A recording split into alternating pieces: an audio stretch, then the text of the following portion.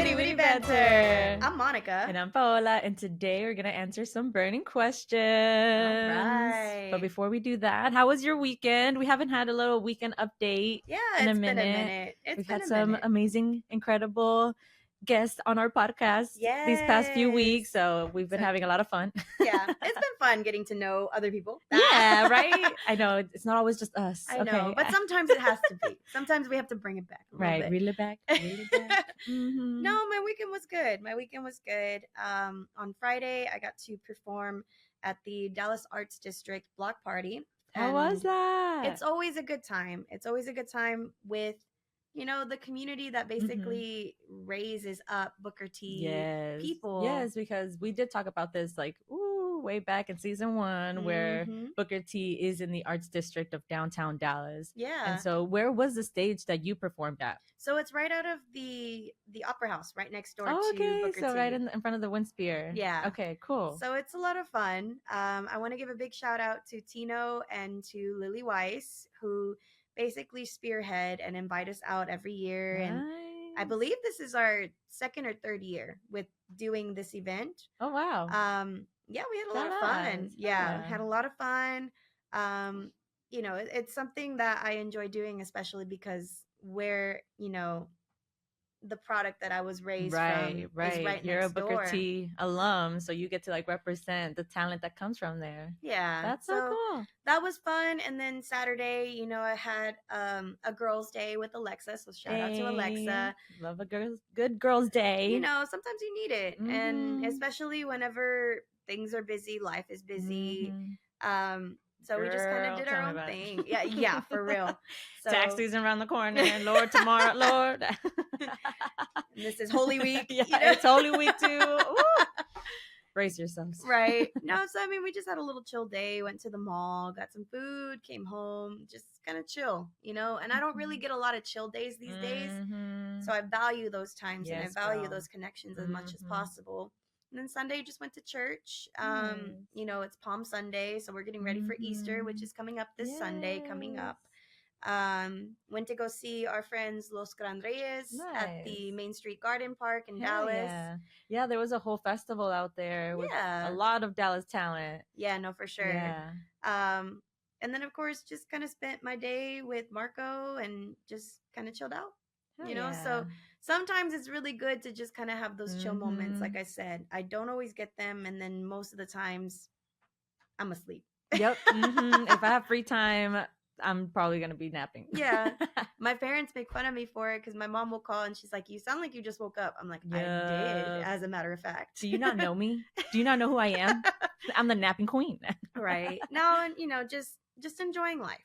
Yes. I think that's the most important thing right now is enjoying life. Dude, yes. And kind of seeing the blessings that are happening right now. Yeah, no, for sure. I was talking to Spencer and Ethan's girlfriends, Pao and Fed. Yeah. And we were catching up because my weekend was full of gigs. Yes. I was babysitting, and then I had to finish my taxes. So that was my weekend. But Friday we had a gig in Plano, and so both of them went. But whenever you're at the gig, you can't really talk to people. No. You're having to do so much.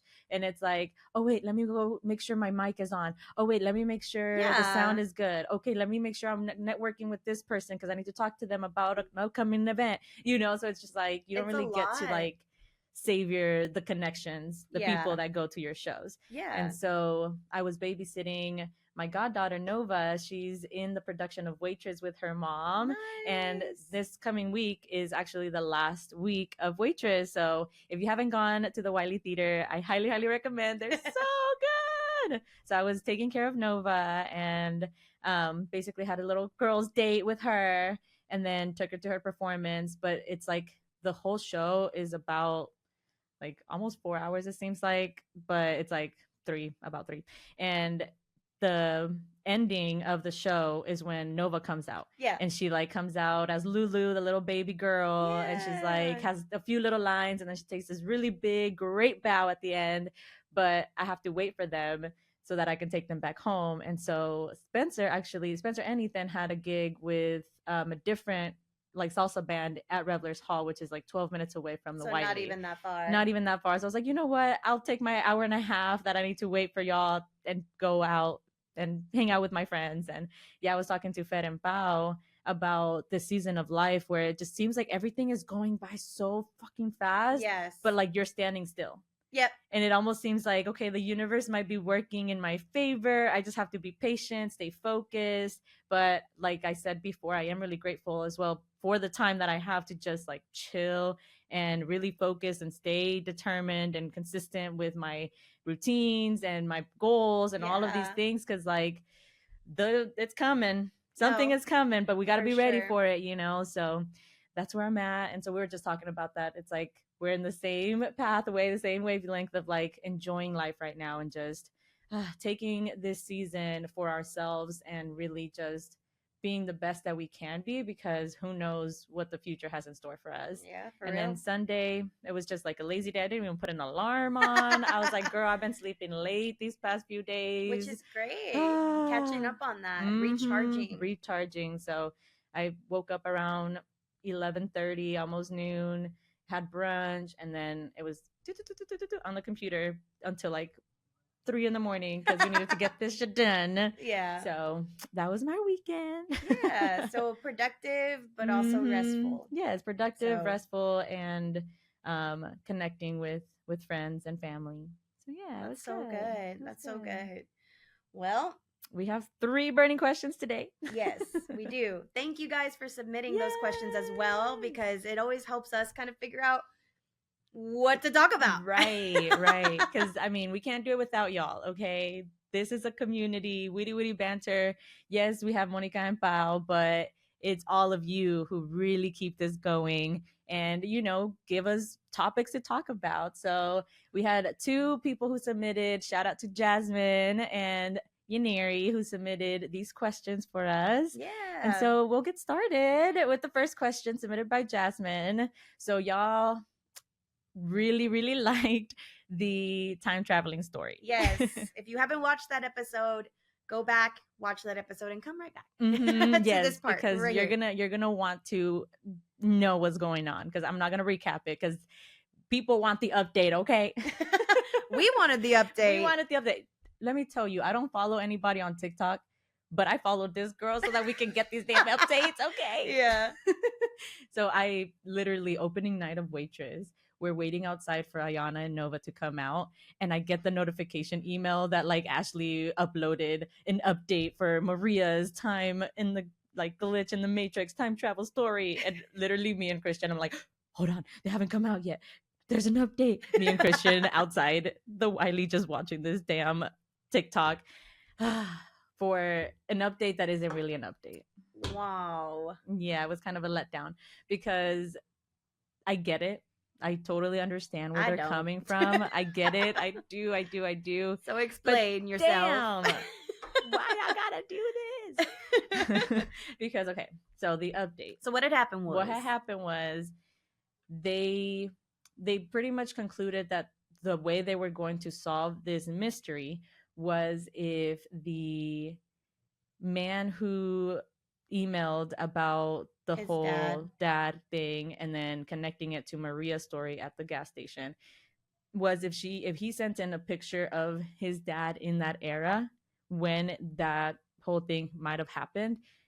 If Maria actually recognizes him, then there is really a connection. But because the guy wants to be anonymous, because he has that, you know, evidence-based type of career, he doesn't want it to be put out in the public, right? So they're like, yeah, we don't know what to do with this picture, but we're gonna go live. They were talking about they were gonna go live. I didn't catch the live, so I don't know what the fuck really happened. But what I think they're trying to do here is trying to milk it for a podcast that she's trying to start. Yeah, so I think they're milking this story a little bit. I'm probably gonna tune into the podcast just for y'all, okay? But there really wasn't an update, so I don't know exactly if she knows him or not. It's the carrot that keeps on like stringing in front of everybody. Yeah, so I mean, good marketing on their part. Okay, y'all better get it. Your podcast better be fire. I don't want to watch it. I don't care no more.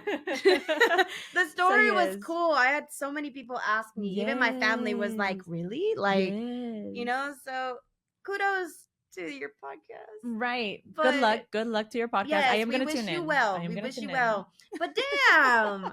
I was looking forward to like an actual update. Yeah, an actual update, but no. The update was basically that they're going to continue, you know, trying to uncover what really happened here. I did like our spooky session. I did too. I did like the lights down low and like getting really into it, but yeah, maybe we'll have more episodes that way. Yes, I think people liked it too. So we hear y'all. Yeah. We see what y'all putting on there out there. Yes. So yeah, Jasmine, that was the update. Sorry, Jasmine. Sorry. But yeah. Not on us. Not on us. Not on us. We do have 2 more questions, and these were submitted by Yaniri. Shout out to Yaniri. She says she watches every single week. She's my best friend from 3rd grade. Yes. And she's like, yeah, I feel like I have a whole conversation with you just while I'm cleaning because I'm just listening to you talk and I'm just a part of the conversation. And that's what we want. That's exactly what we want. So let's see. This is the first question submitted by Yaniri. And it says, what's been the most memorable moment in your career so far and why? There's a lot. There's so many. There's a lot. Because how long have you been doing this for? I've been performing professionally since I was 14. Mm-hmm. And I'm 30 now. Going to be 31 in June. Okay. You know. She has tenure. So, yeah, basically. But ultimately, I think the most impactful, I will say, was being called to do the national anthem for the JFK Memorial. Yes. So for me, that was a big deal because it's historic, especially for a president that was fighting for the civil rights of colored people, for Hispanic people, for a lot of different things, you know. It's a lot of what we stand for. Exactly. And it's like you want to align yourself and do gigs with people who are like-minded and support the same things that you support. It's like the same idea with this whole year with everything going on in the politics world. It's like when people call us to do community events, to call us to do all these things, it's like, yes, we have a responsibility as artists to advocate for these communities. Right. But I will go along and kind of counter that ever so slightly, right? So I do believe in fighting for our rights as females, fighting for our rights as Latinas, fighting for our people's rights. I 100%. I do get worried about putting myself out there for things that are a little bit bigger than myself. So I will say that personally, and it's been an ongoing debate and kind of like with my family, you know, it's just a matter of, it's a scary time for everybody right now. And especially if you're watching right now, the whole thing with the guy that got deported to, you know, to basically a concentration camp, prison. I know there's stories coming out every single day. Yeah. It's like a 3rd grader who's in a detention camp. It gets just like scary. Yeah, for sure. So when it comes to, you know, fighting for rights and fighting for things and really believing in those stands, I'm all about it. I do get scared though. And so back in my younger years, when it wasn't such a scary time, you know, getting the call to do the national anthem and not really realizing how big of the impact it was going to be for the specific memorial, because I believe it was the 50th memorial that he was assassinated in Dallas. Important. Right. You know, so I had both of my both sides, my grandparents came out and my parents were there. Nice. I think there was about 2,000 or 3,000 people that were able to be there. And I think they had to put themselves in like a raffle to get those tickets. Oh, wow.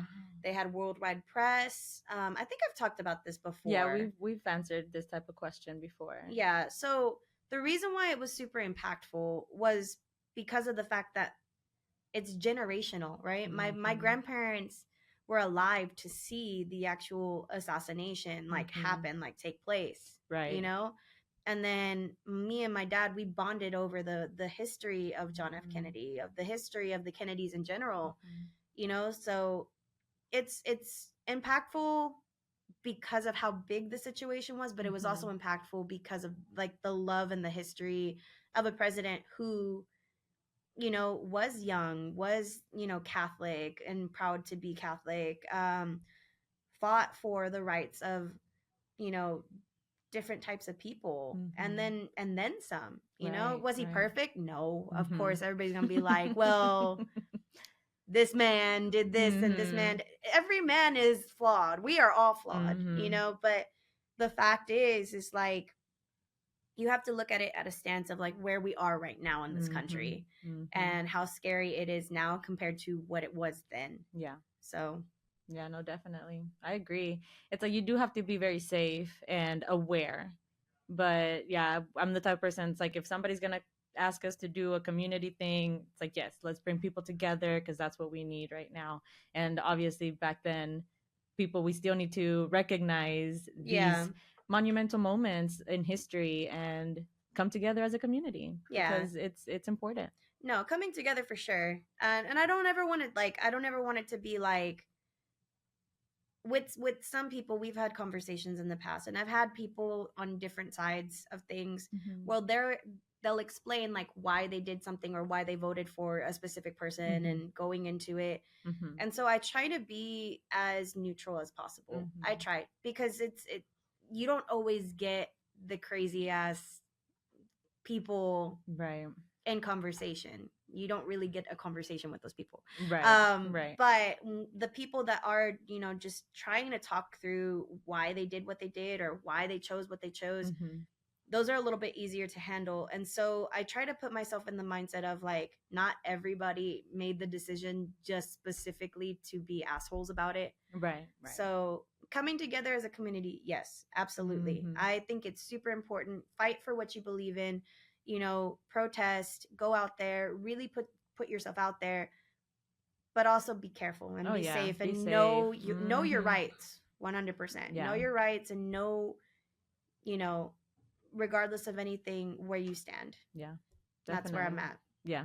Definitely. And as artists, I feel like we do kind of have that responsibility to speak up and say, we do have this platform, we do have all of these means to be able to talk about certain things and be the face of the national anthem, like you were. Yeah. And so it's really impactful. So I think I'm back proud of then you, girl. thank you. I think Yes. back then I didn't realize how big of like an impact, like for myself, Mm-hmm. because it's like, oh, I'm just singing the national Right. anthem. I'm a young person, but then you get older and you're just like, Mm-hmm. well, damn, that meant Yeah. something to my family. That brought Mm-hmm. honor to them and the Yeah, name and everything. definitely, definitely. Especially going back to everybody being like Yolanda Saldivar, and Right, so girl. it's a matter of honor and respect for a country that I do very well love to be living in. Mm-hmm. But right now, it's even more impactful to me and my family because of what's going on right Yeah, now. yeah, I agree. But what about you? For me, I think right now it's probably the summer of 2024 where it was a writing session for like 3 months. It was just Yeah. like me, my husband Christian, Spencer, Ethan, and whoever wanted to come through and just hang out. um I think that's the most memorable because it's just so special to be able to create music Yeah. with your loved ones, with your friends, and just like being creative together has been so rewarding.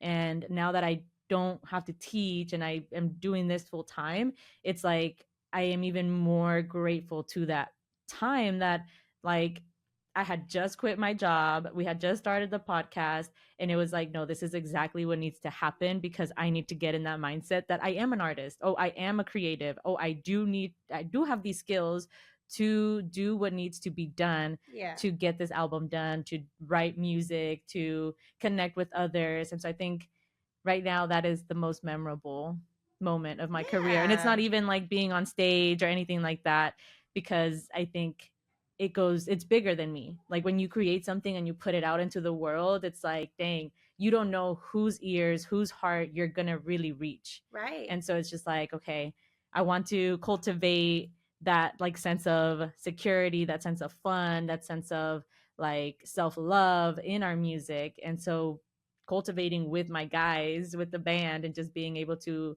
literally just sit for days and just like write, record, write, record, record, write, record, you know. And it's like, damn, we actually doing something out here, putting some good things out in the world. So Exactly. yeah, I think that's my most memorable so far. Well, that's Yeah. good. And Yeah. I mean, the way that I describe like writing, because ultimately I have songs that are not going to be released. I'm sorry. Sorry, guys. It's not my thing. It really isn't. Mm-hmm. But I will say that every original song, regardless of if I wrote it, one of my guys wrote it, a songwriter that we've worked with before, it's like having your own child, you know. And since we don't know that, you know, we don't know what that feels like just yet, because you and I both I have a stepson, but that's not, you know, it's not like having your own, right? Our music is our children, Yeah, basically, and definitely. every one that comes out is super special, and it speaks on an experience that you've gotten through, or love, or, you know, just it aligns with who you are as a person. So I feel like for you writing your own music and having people to help you write your music with you, like there in the room, it's super impactful on your own. Oh yeah, definitely. You know, so the fact that you're about to release this into the world, I can't, you know. Yeah, I can't imagine the feeling. I'm like, it's probably going to be a little bit longer than we expected. But I'm just like I said before earlier in this episode, it's like you just got to stay focused and stay consistent, because the universe is working. Yeah. You know, things are happening behind the scenes that like not even I know, that are going to bless us into doing what we want to do, and to, you know, put this out into the world, finally birth it into the world. But having the support of my band members is definitely like unmeasurable. Yeah. Because I couldn't do it without them, you know. And one of my favorite songs that isn't released se llama La Calle Me Llama. It's like the streets are calling me. But it's like, I know it sounds like kind of like ghetto or something, but a little ratchet.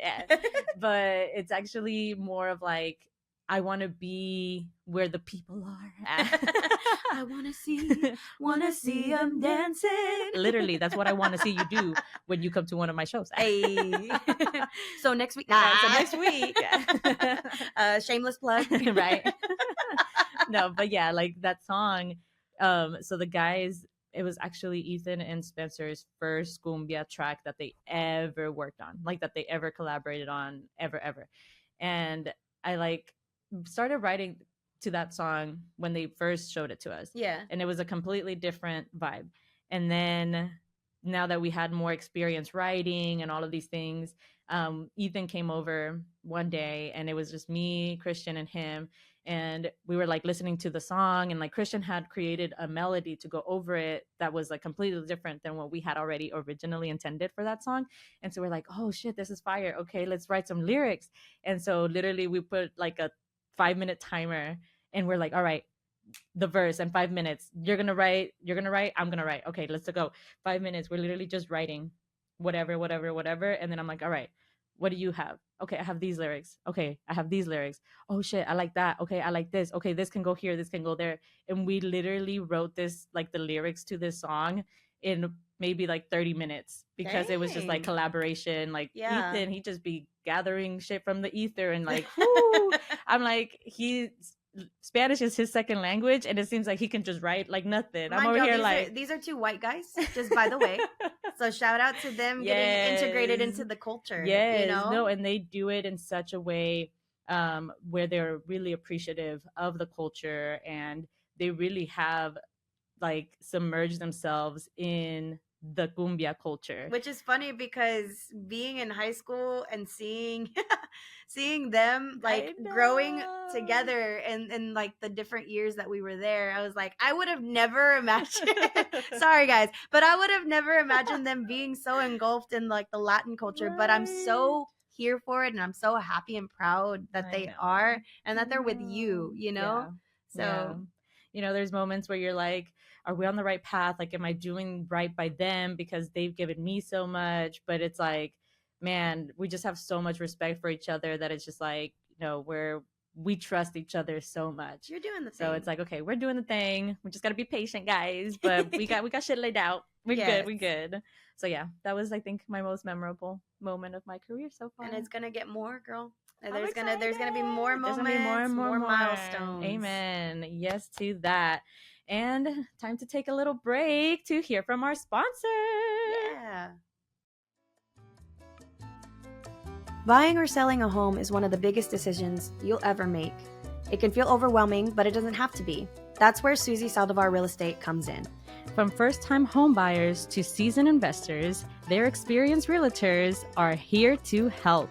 Needing financing options? Looking for down payment assistance? Searching for that perfect fix and flip opportunity? They've got you covered. Their team knows the Dallas-Fort Worth market inside and out and is committed to making the process as smooth as possible. Whether you're in Grand Prairie, Arlington, North Richland Hills, DeSoto, Carrollton, or anywhere in North Texas, they have agents ready to assist. Let Susie Saldivar Real Estate turn your real estate goals into reality. Call 817-846-3584 or email susie@susiesaldivar.com or visit susiesaldivar.com to get started today. Susie Saldivar Real Estate. Real experts, real results. All right, and we're back. We're back. Very last question. Yes. Also submitted by Yaniri, my comadre. She says, what's one thing about your career that you didn't expect?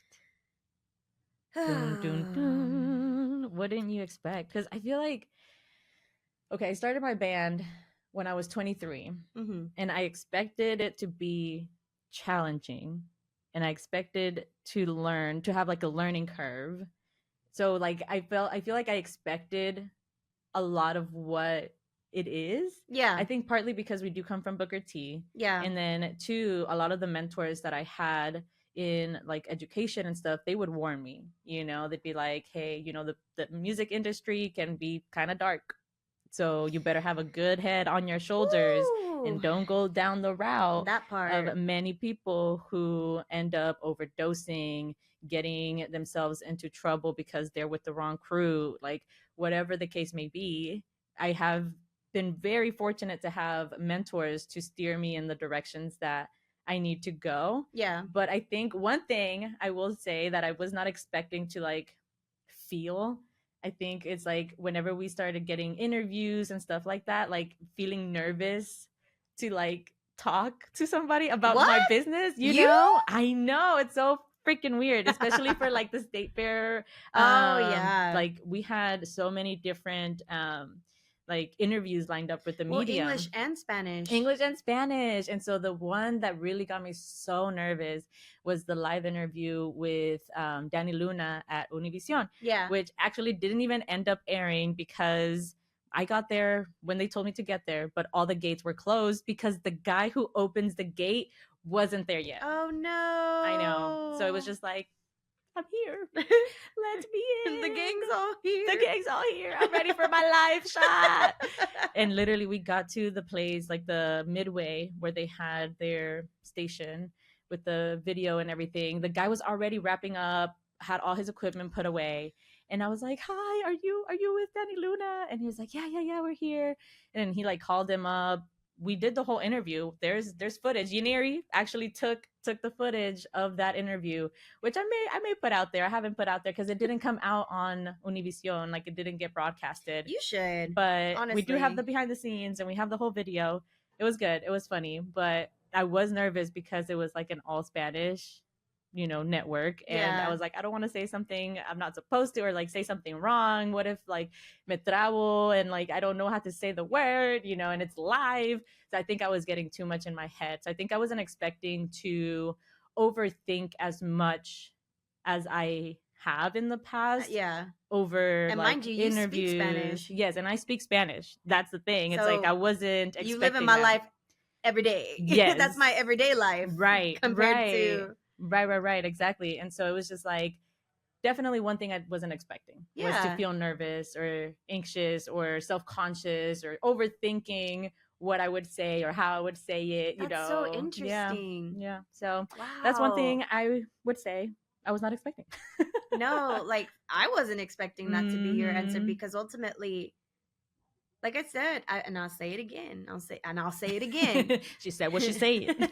You have a presence about you that isn't, I've never ever imagined you being nervous about Girl, speaking, I be about hiding public it. speaking. I go to the restroom and let it out in there. No, okay. No, don't we all though? But no, yeah, that I remember the day before I like had dropped off the giveaway that we did for one lucky winner to get like tickets to go to the fair, a magnet, and a t-shirt and a visor. And it's actually my friend Marlon got the package. So I went and dropped it off, and I talked to my sister because like I think that morning or the morning before we were on Good Morning Texas. You had so it was much literally going on. so and much. The podcast, mind you. She had just started the podcast. Like we had started it the month before, maybe a couple of months before, 2-3 months. Yeah. So she was July, doing this. July. And then going and doing all these different interviews all throughout the Lord. week. Yeah, she that had was a heavy. lot going on. That was heavy. And I remember having a conversation with Miriam, and I was like, girl, like, I don't know. Because sometimes when I speak Spanish, like, there's a little accent that, like, just comes out, you know? And so it's like, do I want to hone in? Do I want to go in and, like, really lean into that accent? Or do I want to be more neutral? Or, I don't even know. And then whatever came out, you know? So my sister was like, girl, you're going to be fine. Like, they're not going to ask you questions like you don't know. This ain't no test. Like, you know all the answers. And I was like, no SAT. But do I know them in Spanish? I don't know. You know? Yeah. But she definitely gave me like a lot of encouragement. So thank you, Miriam. And then I was able to she had the same experience with her being on the podcast. Oh, and really? then she was like, girl, yeah, I was feeling nervous. I was like, now you know how I felt. She's like, yeah, I get it now. Yeah. But you're great. I was like, you did great too, you know. Yeah. So. And that's why Joey won't ever come on the podcast. We need the brothers to come on, girl. Look, I asked. Joey can tell you. He does not. Joey, you are needed in the podcast booth here at the Epic. Make your way to the podcast booth. Make your way on down to the podcast booth here at the Epic Live. Right. It's not live, but it is. That's we the live. Name. We live. No, yeah, Pablo said he's down. So if that gives maybe you we'll just interview Pablo at this point. No, it has to be brothers. He said if Joey doesn't come, I'm not doing it either. He's like, it's a package deal. Oh man. So we're putting it out there, Joey. When you gonna come? Nah. We'll see. We'll see what he says. I don't think he's gonna do it though. Damn it. All right, people, y'all need to comment. Right? Joey, if y'all want the brothers on next episode for the memory lane, Pablo, comment brothers underneath the yes, comment brothers. Hashtag brothers. Brothers. Hell yeah, brother. All right, girl. What's your unexpected moment? I will say that it's a collective, right? Because ultimately, I knew that I was going to be okay doing the music that I was doing. Did I think I was going to do it this long in Tejano? No. And I'm thankful that I'm able to kind of mix everything up. So ultimately, like when you come out to one of my shows, you'll see it's my original music, but you also have pop covers, R&B you covers. Be doing some Whitney. Yes. Some Dua Lipa. I try to do a little bit of everything. And then other Spanish covers too, you know? So I'm thankful for the fans. I'm thankful to you guys for allowing me to be the artist that I want to be and not so much containing myself in a box. Yeah. And I think at the beginning when I first started, performing, everybody was like, oh no, like you have to be this way and you have to dress this way. You have to show this much skin, but you also can't be a slut. And it's like, dude, like I feel that's so hard. If you look at some of my earlier performances, I don't show skin. I only recently, like within the last couple of years, I want to say when I was like 25, 26, that's when I was like, you know what? I'm old enough. I was 19 when I first came on the scene. Ain't nobody gonna be looking at me. I don't want them to either. I didn't want people to see me as just another, like, a girl that, fixed up really nice, but also showed so much just so that she can get the attention of the guy, for the clout, gaze. So I was just like, you know what? I am who I am. You're going to like me for me. And if you don't like me, well, then that's on you, kind of thing. Mm-hmm. As I got older and I started working with Shelly Lares, so shout out to Shelly. She emboldened me a lot to just be like, yeah, you're a female, but you're also a badass. You're a boss, Mm-hmm. like you can control the narrative of what you're going to be. Amen. You can either go into that route of just showing skin, and there's nothing wrong with that either. Right. There isn't. There's a bunch of female artists right now that are out there, and they do the look. They have like the bustiers. They have the short shorts. I was never comfortable in doing that though. Right. So not to say anything against them either, but for me, I just didn't want to go that route. I never felt like I had to go that route until I wanted to, right? So it's such an empowering thing to be in charge of your own, right? And you know that. You know that damn well, and Shelly was the reason why I became so emboldened to say, well, I don't like this. I do like this. I will do this. I won't do that. Yes, and having a voice to be able to step down and say, nope, this is not what's that. Nope.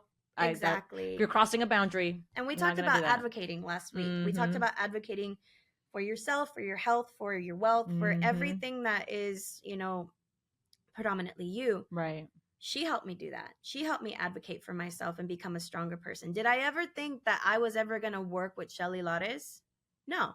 I mean, I grew up listening to her. I fell in love with her music. I fell in love with her style. And, I never thought I was gonna see her walk down the aisle and marry her, her life partner. And girl, that you're part was of the crazy. family. That you was part crazy. of the family at this point. That was like incredible to me, because at that point I was like, I'm one of y'all. Yeah. If you get invited to the wedding. Yeah, but even before the wedding, like her pulling me up on stage and us performing in Vegas together, that was also like an impactful moment for me, because I was like, I am one of y'all. I'm not just this little girl anymore that's looking up. I am on the stage with you. And that shit was crazy. And I'm hoping to get her here at some point. Yes. We're putting it out there. But another thing, I have, like I said, it's a cluster of things, and it came kind of at the same time. I never thought I was going to work with Bobby Pulido. Never in my, and it's still not, it doesn't hit just yet. Right. Like everybody is just like, so what was it like? I was like, dude, I'm still. So how was it like? I'm still trying to kind of like process, because it's Bobby Pulido. Yeah. And he's a legend. Same thing with Shelly. It's Shelly Lares. It's not a legend. It's not one of those, things where you take it lightly. No, you have to bring your A game, because they've been in the industry for a long time. And they've heard and they've seen it all. Yeah. And they've seen the industry for what it was when it was on top, where they were traveling the world, where they were getting paid, really, really well. Yep. So it's crazy to me to have these opportunities. It's crazy that Bobby was in the studio with me when I recorded En Realidad. Yeah. That moment was like, shit. Ooh. Like, I was. Wait, so did he have any constructive criticism that like you feel like you input in your like career now, even after the recording? Very much so, in the sense of like, don't hold back kind of thing. I got to perform with him the very first time in Temple, Texas. And he was doing a show for like a birthday celebration for Little Joe, which is another extremely icon legend within the community, getting to perform with him, and the song that I picked, I didn't realize how big that song was going to be too. Wait, what song was it?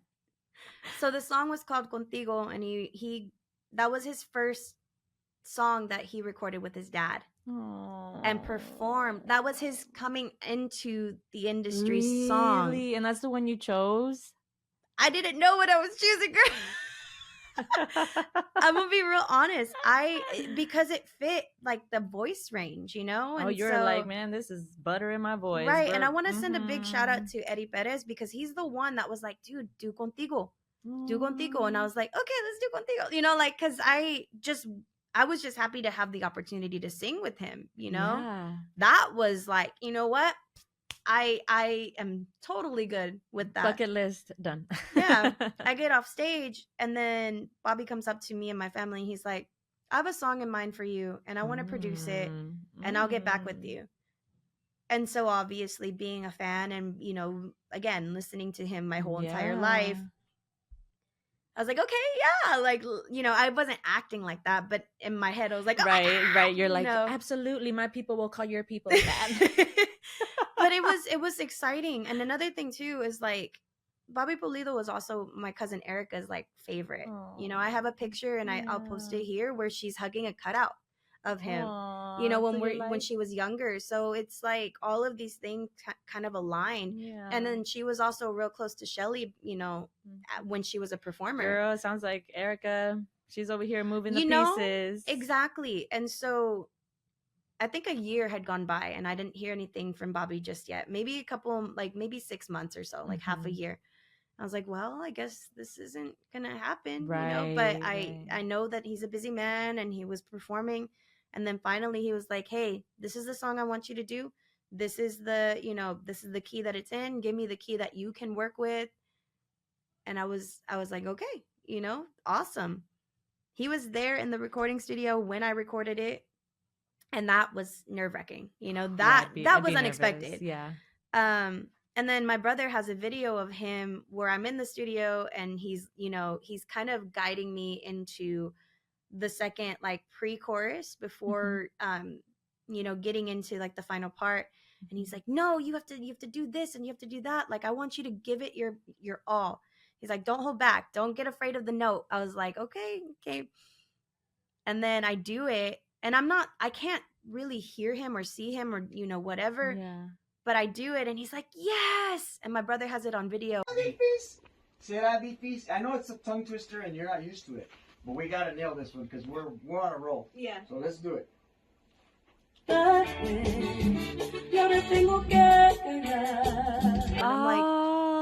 I'm like, he's cheering for me, you know. So it's it brings you back down. I'm not gonna say like, of course we all have like our fangirl moments.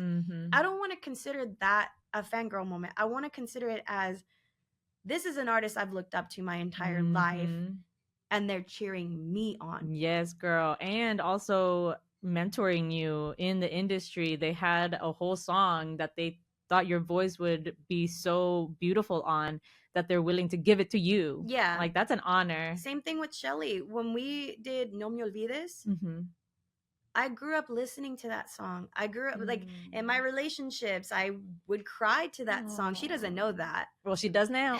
But she used to cry to your songs. I did. Like I used to like really like belt that song out, and then just hearing her perform it live, and wow, I'm just like, oh, I want that song. I want to be able to perform that song. I want to be able to, you know, did I ever think I was going to perform the song? No. Did I ever think I was going to record it? No. Did I ever think she was going to do it as a duet with me on the song? And did I ever think we were going to perform it live at the Gran Baile in Vegas? Damn. You know, so again, all of these moments, I know it's just one, I'm sorry, but all of these moments this is perfect. were so impactful to me. And then, like I said, it all circles back to Erica really loved these two artists. Like, it's crazy to me that I got to work with both of them, you know. And before Shelly retired and before Bobby, because Bobby's about to retire too, or so he says, I don't know. But yeah, like I didn't expect any of it. I didn't, and I'm thankful for it. But again, a lot of people will be like, oh, well, she's fangirling, it's like, no, like, really, quite honestly, I went into the industry thinking, okay, like this is going to be the genre for a little bit, and then I'll do other things and branch out. Yeah. You know, but I am thankful to have had the opportunities to work with these artists. And then, you know, like there's so many other ones along the way that I, you know, am really thankful for their friendship, like Stephanie Montiel and Elida Reina. Never expected the Tres Divas to even like, you know, recognize me. as an artist. Yeah. And that was huge. Yeah. You know, Signal, Jesse Turner, that's a big deal. Coming onto the stage this year and performing, and then him dancing on the side, that was crazy, you know? So I say this all to say that the most impactful moments were moments that I never planned for myself. I never planned on anything like that. I think the biggest thing that was, you know, the super like important thing, right? Because everybody loves the awards and they want a Tejano Music Award and the recognition. You know, I won my Tejano Music Award, my very first one, when my cousin passed. And we were at her wake when I found out. So to me, that was enough. But then all these blessings came. Yeah, definitely. And more. And so, yeah. I know that's a very, she's very watching long, over you now. Yeah. She's watching over you. All that to say is that she's still with you. And in all of these moments, it's like, it seems like it had some divine intervention. Definitely. And that's why I talk about her a lot. I know that since the very beginning of this podcast, like I've been bringing her up a lot. And it's just one of those things where it's like, I can't see any of this being possible without blessings from up there. Not just from God, not just from, you know, people, our loved ones that have passed away, but just in general. Like, you know, they're blessings. And yeah, definitely.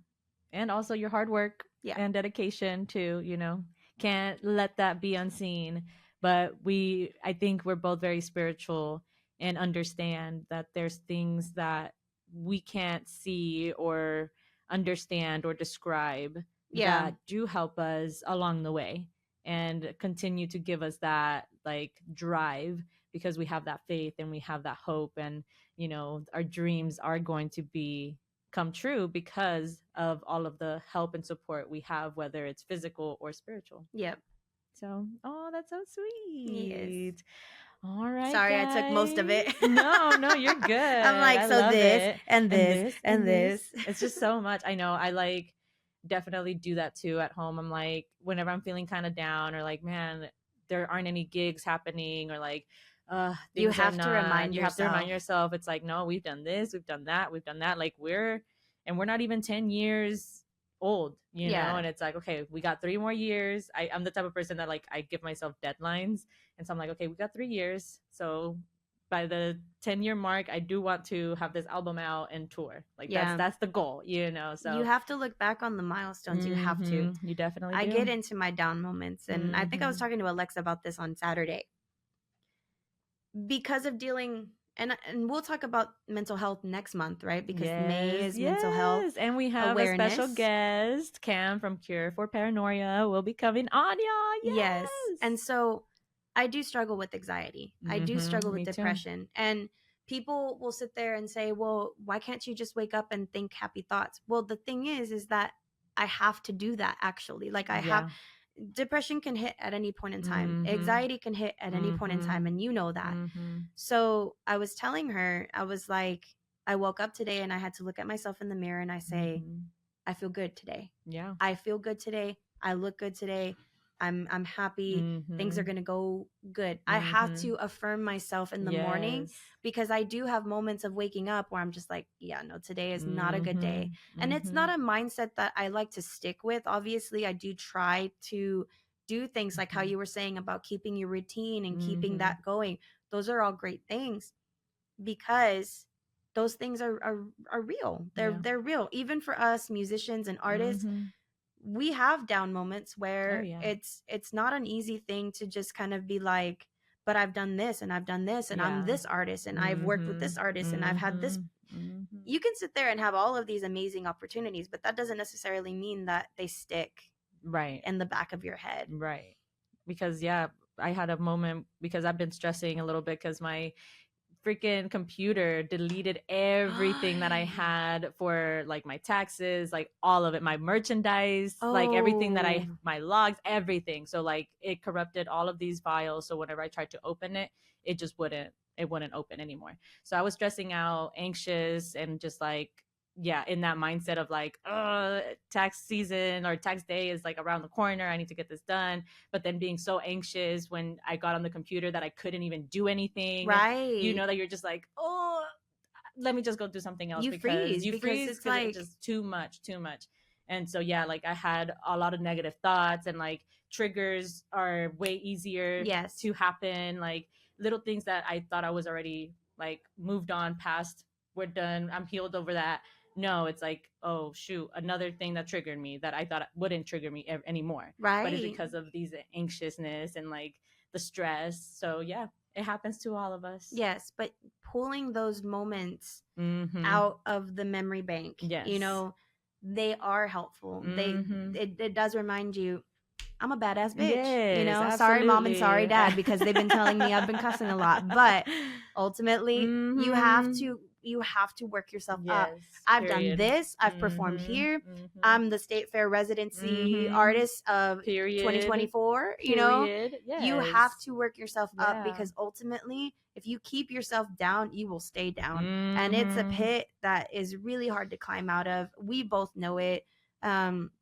So next month is going to be mental health awareness. We have one more episode before that at this point, which is our spicy takes. And we might be talking about certain people. Yeah. And their pastries.